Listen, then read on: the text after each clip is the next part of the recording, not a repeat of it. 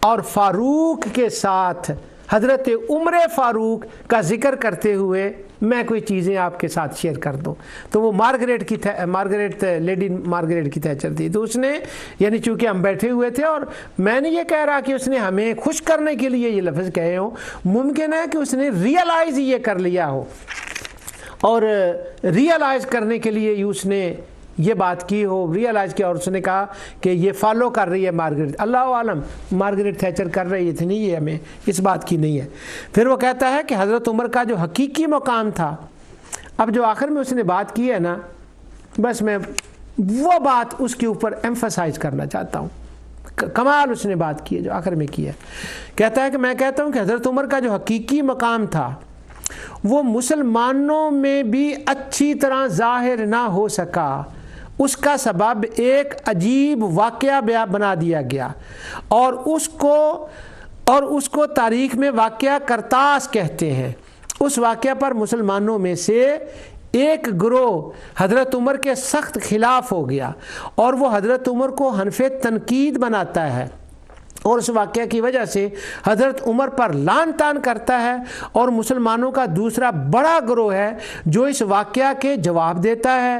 حضرت عمر کا دفاع کرتا ہے اور انہوں نے عمر کا دفاع کرتے کرتے کرتے کرتے زندگیاں لگا دیں مگر عمر کو نہ جان سکے کہ عمر کیا ہے. واہ اللہ اکبر. اب مجھے پتہ نہیں کہ اس بات سے کوئی کتنا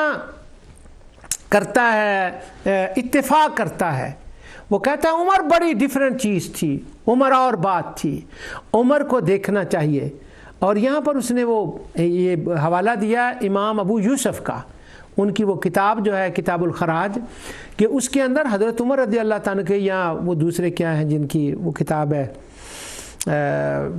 جنہوں نے اسی موقع حضرت عمر رضی اللہ، کتاب الاموال ہے ان کی، جس پر انہوں نے حضرت عمر رضی اللہ عنہ کے واقعات لکھے ہیں. تو اس کتاب کے اندر، ان کتابوں کے اندر حضرت عمر رضی اللہ تعالیٰ عنہ کی انسانیت کے لیے رہنمائی، ایڈمنسٹریشن، دوسروں کا خیال رکھنا، وہ باتیں کیسی ہیں، اور ایڈمنسٹریشن اور چائلڈ بینیفٹ اور پینشنز. پہلے رومنوں کے ہاں صرف آرمی کی پینشن ہوتی تھی. وہ ڈاکٹر روبن کے وہ کہتا ہے میں نے جتنی پینشنز کی اور چائلڈ بینیفٹ کی جتنی چیزیں ان کے ہاں ہوتی تھی. چائلڈ بینیفٹ تو رومیوں کے ہاں نہیں تھا، آرمی کی پینشن تھی. مگر یہ وہ تھے کہ جنہوں نے یہ سارے کام کیے. تو وہ اس حساب سے مسلمان حکمران نام لیتے ہیں ان کا، اور وہ 2 4 10 باتیں ہیں بس ان کو مشہور کر دیتے ہیں اور اسی میں لگے ہوئے ہیں. حضرت عمر پر بڑا کام کرنے کی ضرورت ہے. اور حضرت عمر رضی اللہ تعالی عنہ کی جو حقیقی ذات تھی، اس کو واقعہ کرتاس جو ہے نا، کرتاس یا کرتاس دونوں طرح، اس واقعہ نے اتنا اثر ڈالا ہے حضرت عمر رضی اللہ تعالی عنہ پر. اب اس کا پوائنٹ آف ویو میں آپ کو بتا رہا ہوں. کوئی اتفاق کرے یا نہ کرے، یہ کوئی اسلام کا اور کفر کا مسئلہ نہیں ہے. اس کا خیال یہ، اس نے کہا کہ اس طرح حضرت عمر کی ذات کے بارے میں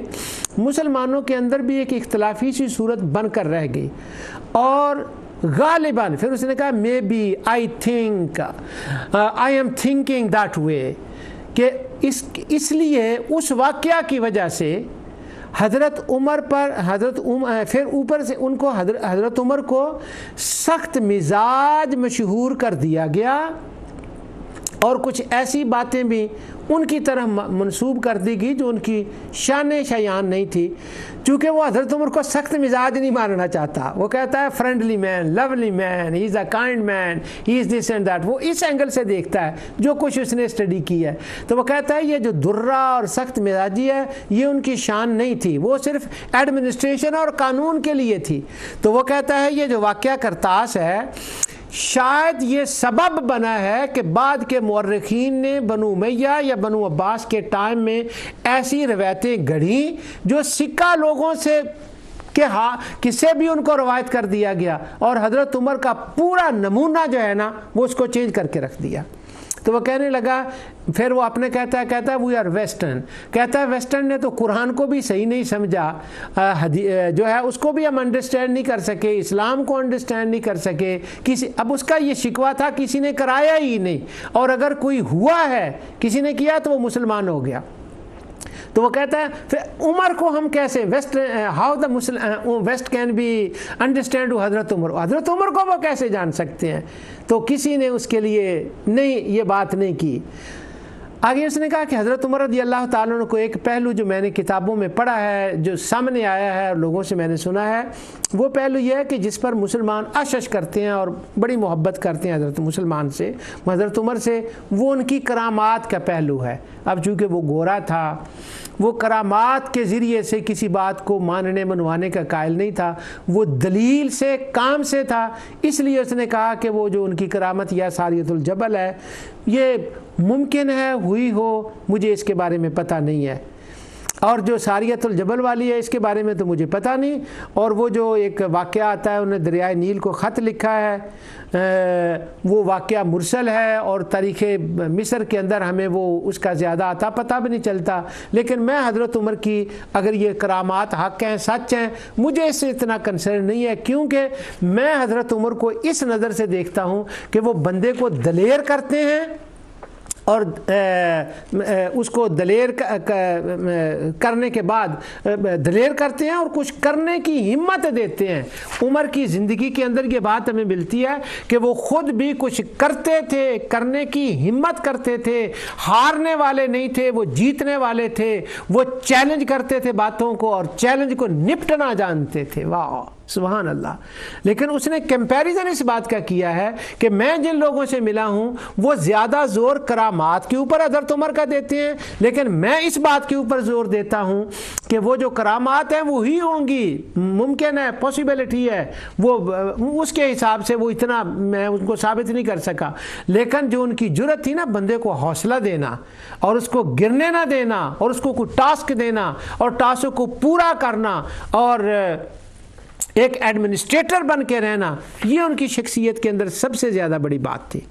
آخری بات اس کی ہے، پھر ہم اپنی ذوق قرآن کی طرف آ جائیں گے کہ حضرت عمر رضی اللہ تعالیٰ نے اس نے کہا کہ مشرق والے مغرب والے، اس نے کہا کہ ہم جو مغرب والے ہیں اورینٹیلسٹ نے جتنا کام کیا ہے حضرت عمر رضی اللہ تعالیٰ پر، یعنی یہ پہلا بندہ نہیں ہے جس نے حضرت عمر پر یہ بات کی، یہ تو ایک کہہ لیں کہ میری خوش قسمتی ہے، یا ان حاجی چند بندے ہیں بیچارے، ان میں سے چند تو فوت بھی ہو گئے، اللہ اکبر، اتنے عرصے کی بات ہے،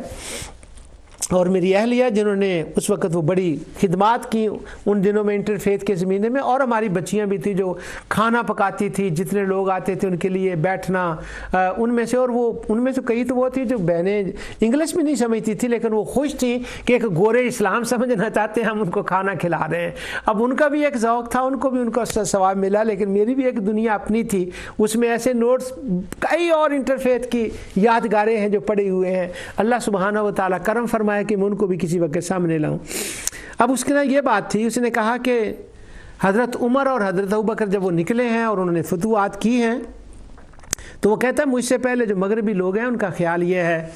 کہ جو دوسرے ملکوں میں حضرت اسماعیل کی یعنی قریش کے لوگ رہتے تھے، ان کی سپورٹ کی وجہ سے مسلمانوں نے فتوحات فتح کی ہیں، لیکن وہ کہتا ہے دس از انفیئر، انجسٹس، یہ بات نہیں ہے، بلکہ اس کا مطلب یہ ہے کہ حضرت عمر نے جو فتوحات کی ہیں وہ صرف ایک بات تھی، اور وہ بات یہ تھی کہ ہر ضلع میں،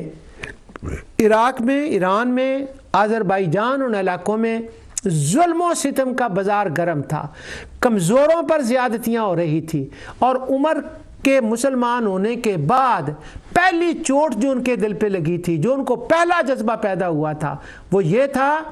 کہ حق کے لیے مار کھانا، حق کے لیے تکلیفیں برداشت کرنا، اور مظلوموں اور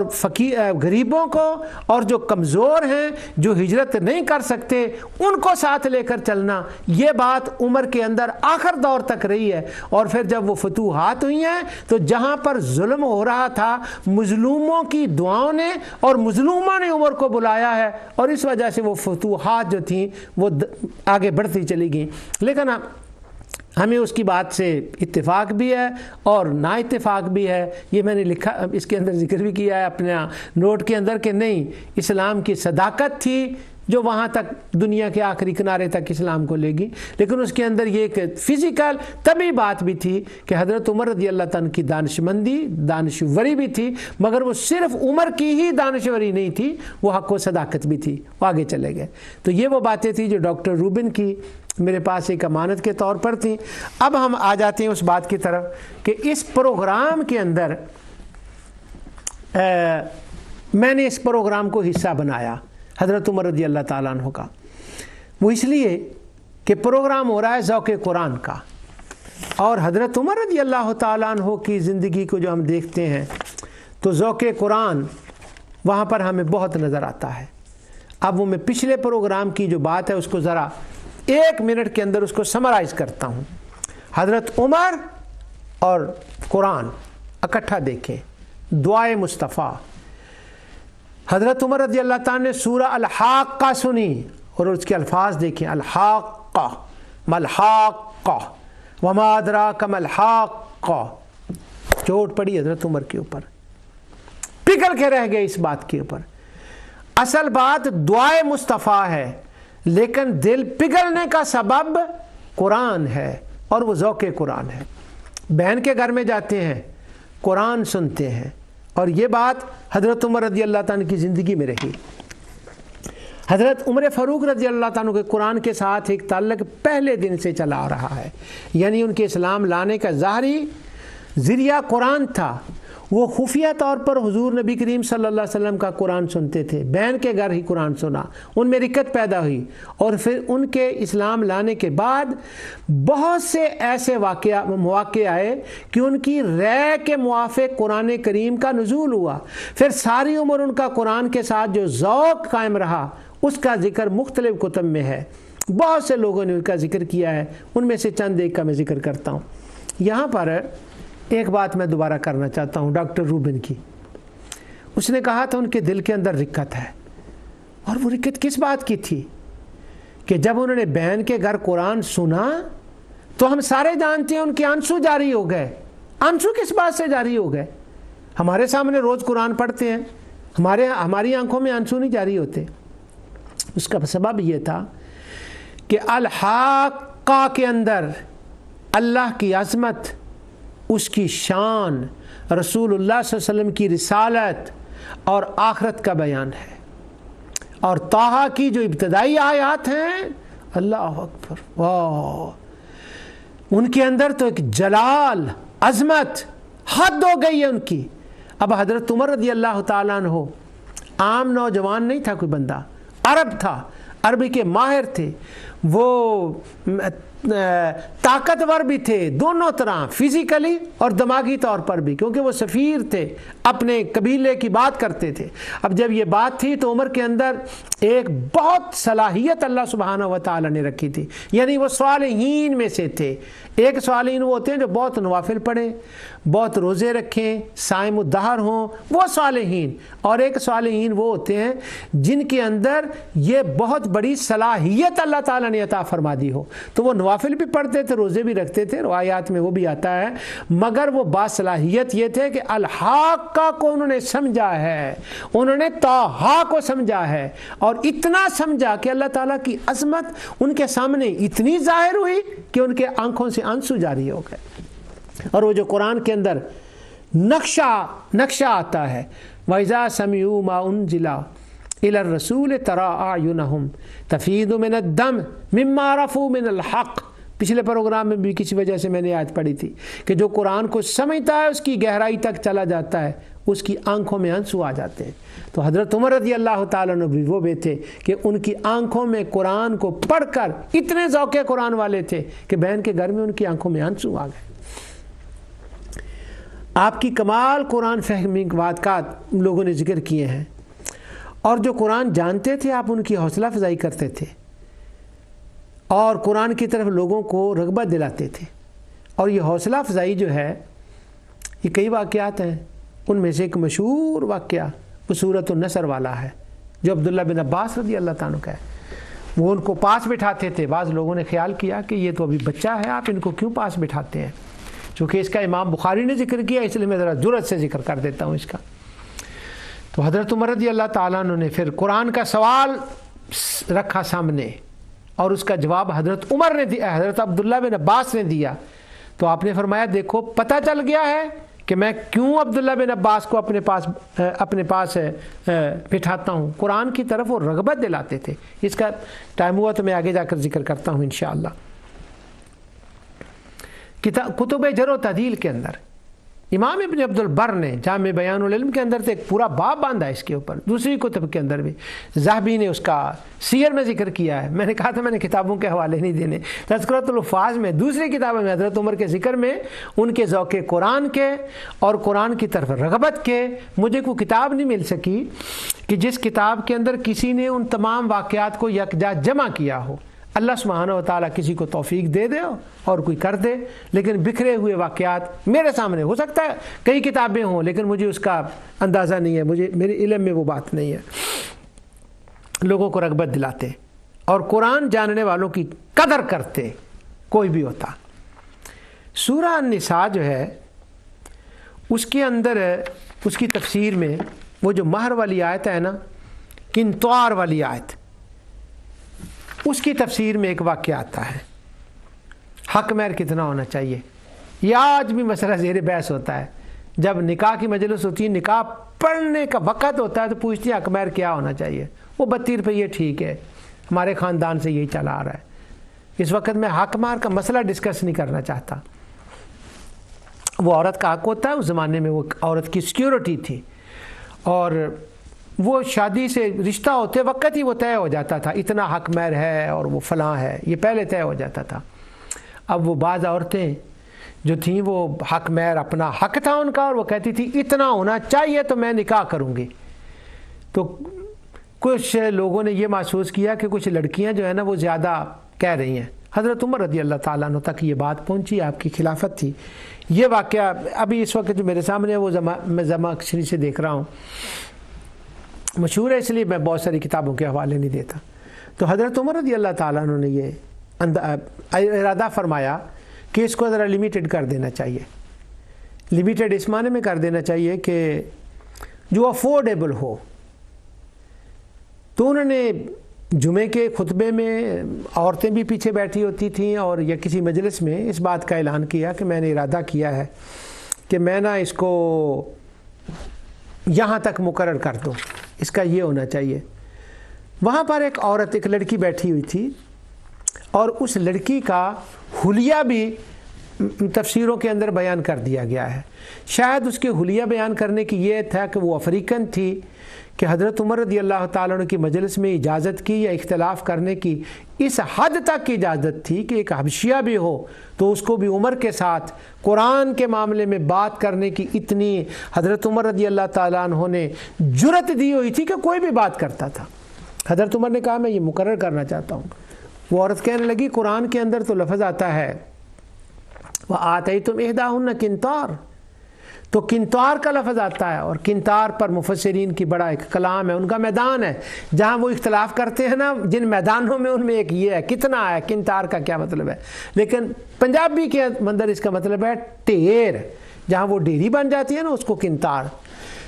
تو وہ کہ اب ڈیری جو ہے نا وہ بڑی بھی ہوتی ہے چھوٹی بھی ہوتی ہے۔ تو جب حضرت عمر نے کہا نا کہ میں یہ کرنا چاہتا ہوں کہ مقرر، تو اس نے کہا، اس عورت نے کہا عمر امیر المومنین آپ اس کو مقرر متعین نہیں کر سکتے، یہ ایک وہ عورت کا حق ہے جو اللہ سبحانہ و تعالیٰ نے عورت کے اختیار میں دیا ہے، اور آپ اس کو ایک لمٹ مقرر کرنا چاہتے ہیں، اس طرح سے کرنا چاہتے ہیں کہ اتنا حد جو ہو جائے۔ یہ ایک خلیفہ وقت کو اس کا اختیار نہیں ہے، جب اللہ نے اس کو اوپن رکھا ہے تو آپ اس کو لمیٹڈ نہیں کر سکتے۔ تو حضرت عمر رضی اللہ تعالی عنہ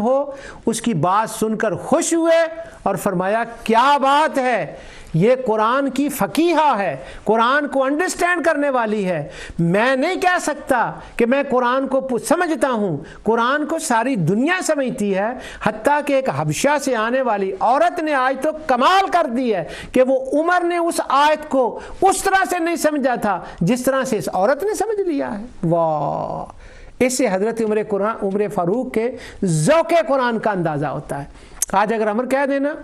کوئی بات ایک جہت سے کر دیں، وہ کہتے ہیں راضی نے نہیں کہا، تبری نے نہیں کہا، ابن ابی حاتم نے نہیں کہا، ایک دکھا دیں جس نے کہا ہو۔ تو یہ اس عورت نے جو کہا تھا، کیا یہ تبری ابن حاتم نے پہلے لائنیں لگائی ہوئی تھیں اس بات کے اوپر، اور حضرت عمر رضی اللہ تعالیٰ آشش کر رہے ہیں اس کے اوپر؟ یہ بھی حوصلہ دیتی ہے یہ بات، جیسے امام راضی نے کہا، نظم قرآن ہو، ترتیب قرآن ہو، روح اسلام کے خلاف نہ ہو تو اس کو کسی دوسرے اینگل سے بیان کرنا جائز ہے۔ اور جہاں وہ کہا جاتا ہے کہ تفسیر بالرأی حرام ہے، اس کا اور معنی ہے وہ ہے کہ ٹوٹلی کنٹروڈکٹ ہو جائے، مخالف ہو جائے قرآن کے، قرآن کچھ اور کہہ رہا ہے اور وہ کوئی اس کا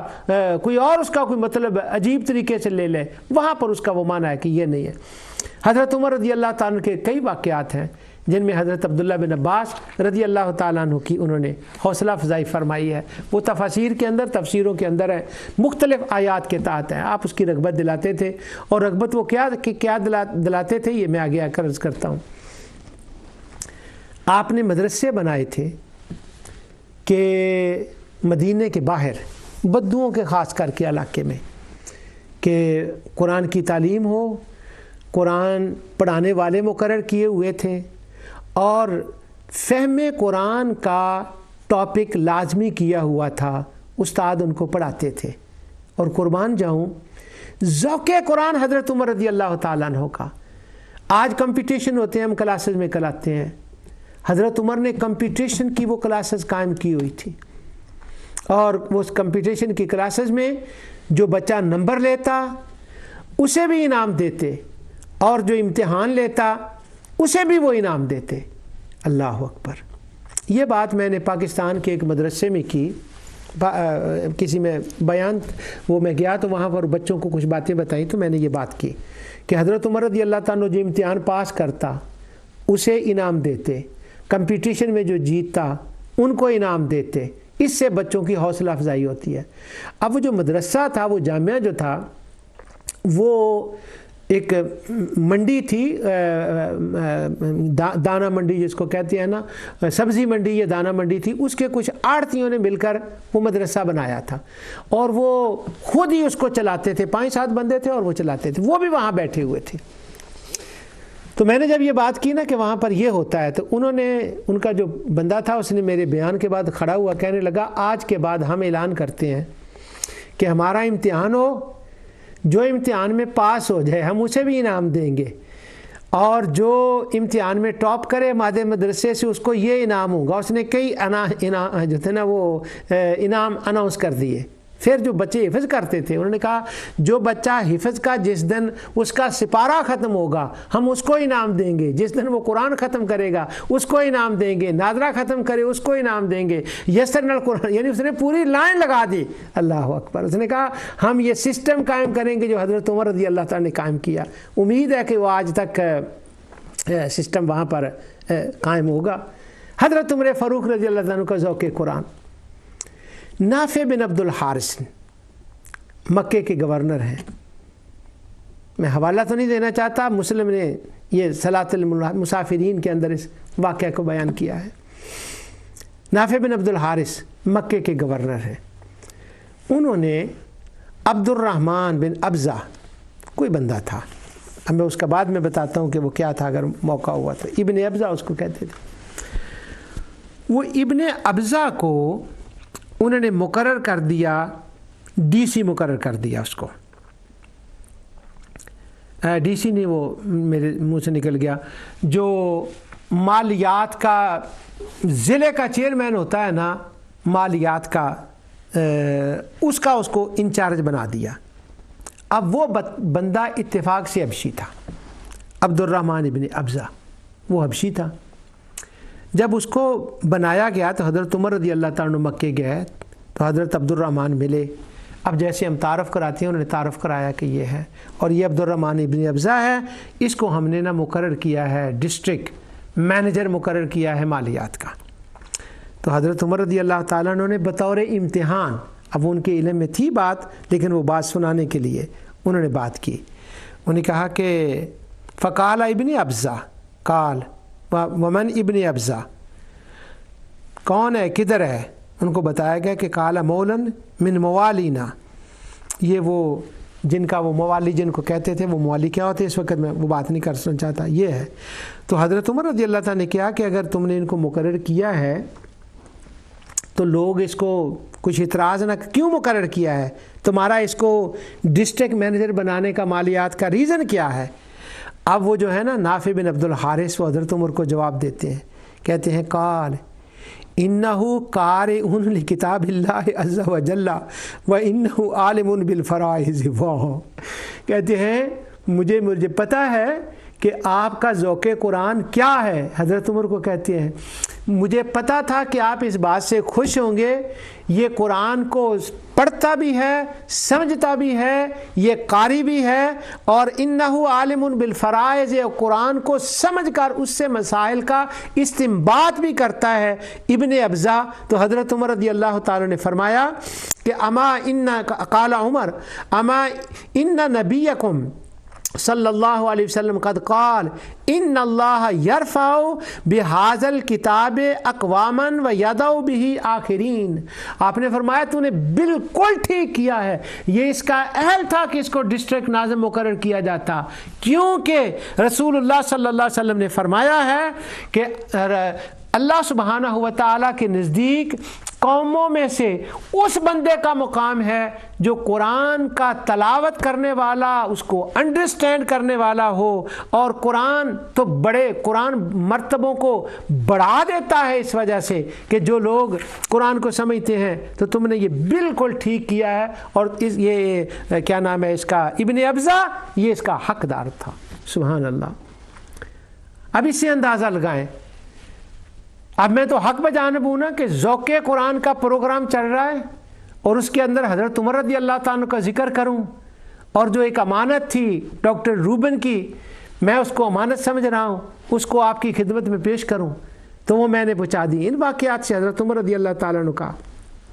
کیا معاملہ ہوتا ہے، سبحان اللہ۔ حضرت عمر رضی اللہ تعالیٰ کے کچھ قریبی فرینڈ صحابہ تھے، اور معاذ بن جبل، ابن سامت، ابی بن کعب، ابو دردہ، حضرت ابو انصاری،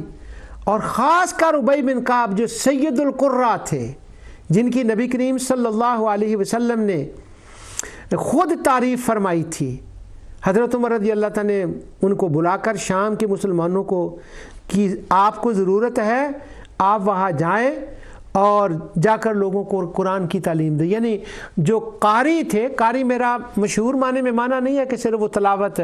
جلسے سے پہلے تلاوت کر دینے والے، نہیں، جو قرآن کو انڈرسٹینڈ کرنے والے تھے، اس کی گہرائی کو سمجھنے والے تھے، جو ذوق قرآن کو جاننے والے تھے، جو حسن قرآن کی معرفت رکھتے تھے۔ حضرت عمر رضی اللہ تعالیٰ عنہ ان سے خود بھی پیار کرتے تھے، اور لوگوں کو ان کو اپنا دوست بھی رکھتے تھے، پاس بھی بٹھاتے تھے، اور ذوق قرآن کے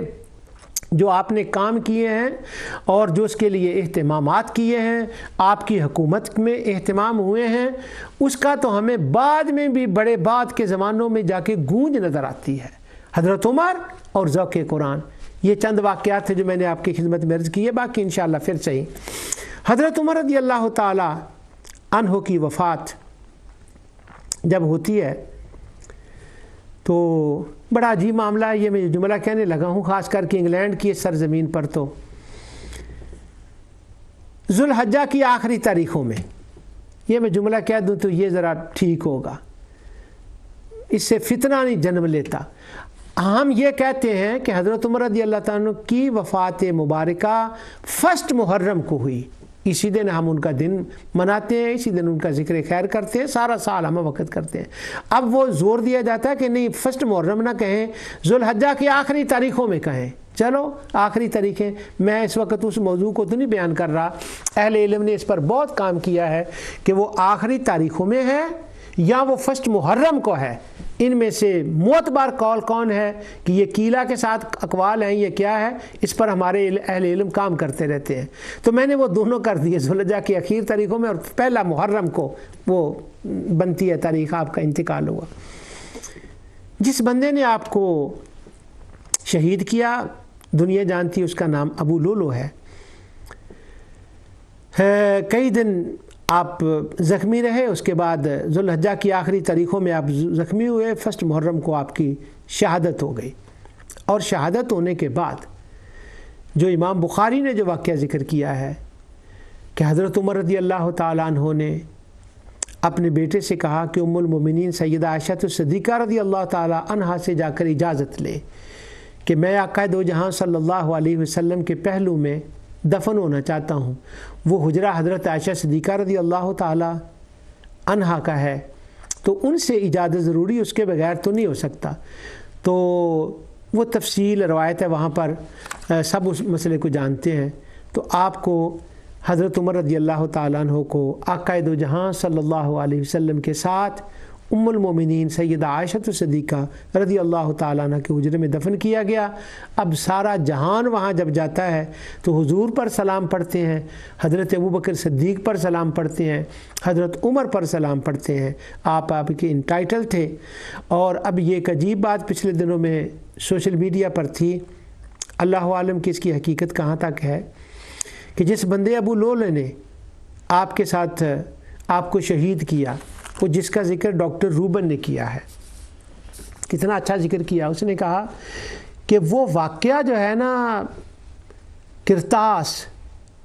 عجیب واقعہ بن گیا، اس کی وجہ سے حضرت عمر رضی اللہ تعالیٰ عنہ کی شخصیت متنازع فی بن گئی ہے۔ وہ اس واقعہ کے بارے میں کیا کہتا تھا، میں ابھی دب رہا ہوں کہ میں الفاظ کہوں یا نہ کہوں۔ اس واقعہ کی وجہ سے ابو لولو جو تھا، اس کو کسی ایک ملک کے اندر ہیرو ثابت کر دیا گیا ہے، اور اس کا ایک مزار بنا دیا گیا، اور بابا شجاع الدین اس کا نام رکھ دیا گیا، اور بابا شجاع اس کو کہتے ہیں، بہادر کے نام طور پر نعوذ باللہ اس کو پیش کیا جاتا ہے، اور لوگ اس کے مزار پر جاتے ہیں، حالانکہ اس ملک میں اس کا مزار نہیں، وہ تو وہاں گیا ہی نہیں، یہ تو بندہ یہاں ابو لولو مدینے میں تھا، یہیں اس کو وہ قتل، اس کو جو سزا مل گئی، اور یہی ہے وہ تو اس ملک میں کہاں وہ گیا، کس ملک میں جانا تھا، لیکن انہوں نے اس کا ایک شجاع کے طور پر اس کو پیش کر دیا، اور سبب اس کا کیا ہے، وہ واقعہ کرتاس۔ مجھے امید ہے کہ بہت سے اہل علم میں سے اس واقعہ پر لوگوں نے کام کیا ہے، کہ یعنی کہ یہ واقعہ کی ریالٹی کیا ہے۔ اب اس کے روبن نے بھی اس کی ریالٹی نکالی تھی، وہ میں آپ سے شیئر نہیں کر سکتا۔ حضرت عمر رضی اللہ تعالیٰ عنہ کے ذوق کے قرآن کے واقعات میں نے آپ کی خدمت میں عرض کی ہے۔ حضرت عمر رضی اللہ تعالیٰ عنہ کی چند یادگاریں، ایک وہ یاد ہے ان کی کہ جنگ احد کے اندر مشرکوں نے کہا تھا، اول حبل، حبل تیری جیت ہو، تو زندہ باد، تو بڑا ہے۔ تو اس سے ایک بات تو یہ بھی سامنے آتی ہے کہ توحید اور رد شرک کے پروگرام میں نے یہ بات عرض کی تھی کہ مشرکین اپنے خداؤں کے بارے میں، ان کے خدا کون تھے وہ میں نے گنوائے تھے۔ 2 ان کے وہ خدا تھے جو ان کے دوسرے خداؤں تک ان کا سبب بنے تھے، یعنی وہ مجازی تھے۔ ایک اس وقت کے سردار اور دوسرے تھے کاہن۔ 2 تو یہ تھے، ان کے اوپر بھی اللہ سبحانہ و تعالیٰ نے قرآن میں اسی طرح سے تعبیر کیا کہ تم نے ان کو خدا بنا لیا ہے، اور تم ان کی عبادت کرتے ہو، ان کی اطاعت کرتے ہو، کیونکہ وہ اصل کا ذریعہ بنے تھے اور سبب بنے تھے۔ اور باقی تھے 3، ایک آسمان کے تارے جن کے اندر سورج چاند یہ بھی تھا، اور دوسرے تھے جنات،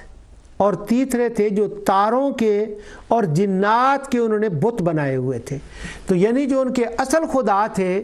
اگر ان کو سمرائز کریں، ویسے تو وہ کروڑوں تک پہنچ جائیں گے، لیکن اگر جنس کے طور پر ان کو وہ کریں تو وہ 3 بن جائیں گے، ایک بت اور تارے اور جنات۔ اور تارے جو تھے ان کو تو اس وجہ سے خدا مانتے تھے کہ یہ بھی خدا کی اولاد ہیں، اور یہ تاروں کے پیچھے چھپے ہوئے ہیں، خدا کی بیٹیاں ہیں، ان کے بھی انہوں نے بت بنائے ہوئے تھے۔ اور جو جنات تھے ان کو بھی خدا کی اولاد قرار دے کر انہوں نے ان کے بھی بت بنائے ہوئے تھے، اور بتوں کو وہ بے جان نہیں سمجھتے تھے۔ یعنی یہ میں نے پروگرام توحید اور رد شرکی کے اندر اس کے بڑے حوالے پڑھے تھے الحمدللہ، کہ وہ بتوں کو ہماری طرح بے جان نہیں سمجھتے تھے، بلکہ وہ ان کا عقیدہ یہ تھا، ان کے اسلوب کے مطابق قرآن نازل ہوا۔ وَتَرَاهُمْ يَنْظُرُونَ إِلَيْكَ وَهُمْ لَا يُبْصِرُونَ، وہ سمجھتے تھے جو ہماری طرف دیکھ رہے ہیں یہ ہماری آمد کو، ساری چیزوں کو وہ دیکھ رہے ہیں، ہم سے باتیں کرتے ہیں۔ اللہ تعالیٰ نے اس کا رد کیا کہ نہیں، یہ ان کی آنکھیں جو تمہاری طرف ہیں وہ دیکھنے کی نہیں ہیں، اس کی طاقت نہیں ہے۔ یہ اس لیے رد کیا کہ وہ ان کے اعتقاد کے مطابق جو ہے وہ قرآن کا نزول ہوا تھا۔ ابراہیم علیہ السلام فرماتے ہیں پوچھو ان سے کس نے توڑا ہے؟ اب یہ ایسے ہی نہیں کہہ دیا تھا، وہ جو ان کے تھے مجاور جو تھے وہ مانتے تھے کہ یہ ہم ان کے ساتھ کان لگائیں تو یہ باتیں بتاتے ہیں اور یہ ایسے ہیں، یعنی وہ ان کو مؤثر بھی جانتے تھے، بتوں کو بھی جانتے تھے، تاروں کو، جنات کو، سب کو جانتے تھے۔ تو اب وہ حبل جو ان کا بت تھا وہ انہوں نے صرف ایک فیشن کے طور پر نہیں رکھا ہوا تھا عہد میں ان کے ساتھ، بلکہ وہ کہتے تھے غالبا، بڑا ہو۔ اب جب وہ اپنے بت کے بڑے ہونے کی باتیں کر رہے تھے اور اس کو وہ اکبر کے نام سے یاد کر رہے تھے تو رسول اللہ صلی اللہ علیہ وسلم نے سیدنا عمر رضی اللہ تعالیٰ کو حکم دیا کہ یہ اپنے خدا کو بڑا کہہ رہے ہیں، اول حبل کہہ رہے ہیں، حبل کے نام کا کہہ رہے ہیں، تو آگے جا اور ہم سب کی نمائندگی کرتے ہوئے تو اپنے اللہ کی بات کر کہ وہ بڑا ہے۔ تو حضرت عمر رضی اللہ تعالیٰ عنہ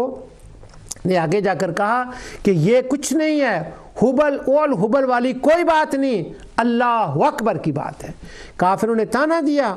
کہ ہم تو ہم عزا والے ہیں،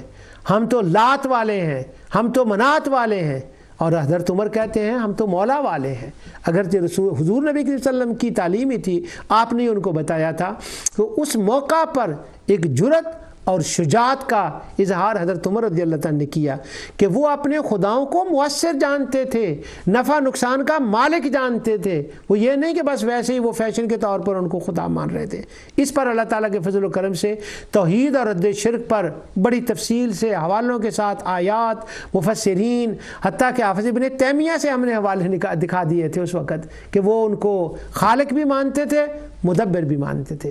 تو چونکہ اس روایت کے اندر وہ ذکر ہے اس لیے مجھے ایک بہانہ مل گیا وہ توحید اور رد شرک کی دوبارہ یاد کرنے کے لیے۔ سیدنا عمر رضی اللہ تعالیٰ عنہ اور اذان کا مسئلہ ہم اس کو جانتے ہیں کہ حضرت عمر رضی اللہ تعالیٰ عنہ کے مشورے سے اذان شروع ہوئی۔ اب جب اذان دنیا بھر میں، اب اگر میں اس کو اس بات سے جوڑنا چاہتا تھا، پتہ نہیں کوئی اس سے اتفاق، پر آپ بچے بچیاں ہیں، آپ تو مان جائیں گے، آپ تو میرے بیٹے بیٹیاں ہیں، اہل علم میں سے کوئی نہ مانے تو ان کی مرضی رہ گئی۔ اب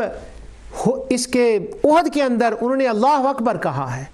اور یہاں پر اذان کے مسئلے میں بھی اللہ اکبر ہے، تو اذان کا مشورہ بھی سیدنا عمر رضی اللہ تعالیٰ عنہ نے دیا ہے۔ اور دیکھیں جو عہد کے اندر الفاظ اللہ اکبر کے کہے گئے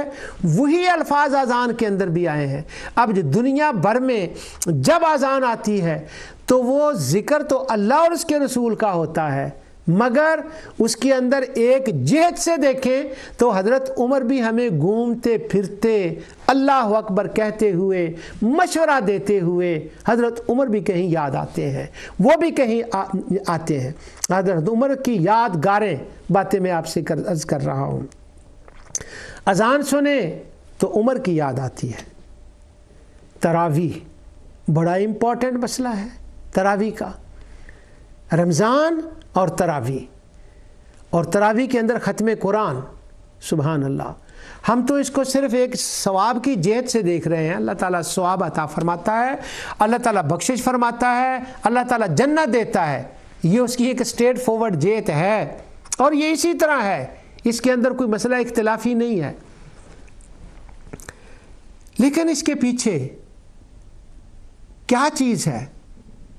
اور وہ حضرت عمر رضی اللہ تعالیٰ عنہ تراویح کے پیچھے نظر آتے ہیں۔ ہر روز جماعت کے ساتھ تراویح پڑھنا، ہر روز کی میں بات کر رہا ہوں، ہر مسجد کے اندر جماعت کے ساتھ تراویح پڑھنا، رمضان میں، پورا رمضان میں، 2-3 دن کی بات نہیں ہے، پورا رمضان، صرف مسجد نبوی نہیں، ہر مسجد کے اندر اور پھر پوری دنیا کے اندر۔ اب اس کا ایجاد، اس کے موجد ہر روز کرنے والے تراویح پڑھنا، اس کے موجد حضرت عمر رضی اللہ تعالیٰ عنہ ہیں۔ تراویح پڑھنے والے لوگ، تراویح کے اندر قرآن حفاظ سنانے والے لوگ، اب تو یہ عملی پریکٹیکل دنیا کے اندر ہو رہا ہے، مگر اگر اس کا ایک ورق پلٹیں، اس کا ورق پلٹیں، اس کو کور کو ڈسکور کریں، کیونکہ وہ قرآن فرقان کے بارے میں نے کہا تھا کہ جہان کور ہے، اس کو قرآن ڈسکور کرتا ہے اور فرقان اس کو ڈسکور کرتا ہے۔ اگر تراویح کو ایک پردہ ہے اور اس پردے کے اندر ہم یہ سارے کام کر رہے ہیں، اگر اس کو کریں، اس کو ڈسکور کریں، اس پردے کو اٹھائیں، تو جب پردے کو اٹھائیں گے تو شہادہ میں تو تراویح نظر آتی ہے اور غیب میں عمر نظر آتے ہیں۔ تو حضرت عمر رضی اللہ تعالیٰ کی یادگاروں میں یہ یادگار ہے۔ اللہ اکبر۔ یہاں پر ایک حجر اسود کی میں بات کرنے لگا ہوں، حضرت عمر اور حضرت عمر کا ایک واقعہ جو بڑا مشہور ہے۔ اس سے پہلے میں ایک بات بتاؤں کہ کچھ لوگ ہیں جو اپنے آپ کو قرآنیون کہتے ہیں، قرآنیین کہتے ہیں، اور عام طور پر یہ کہا جاتا ہے کہ وہ حدیث کو نہیں مانتے، ان کو ہم منکرین حدیث کہتے ہیں، اور وہ آگے سے منکر قرآن کہہ دیتے ہیں، ان کا اپنا مسئلہ ہے۔ پچھلے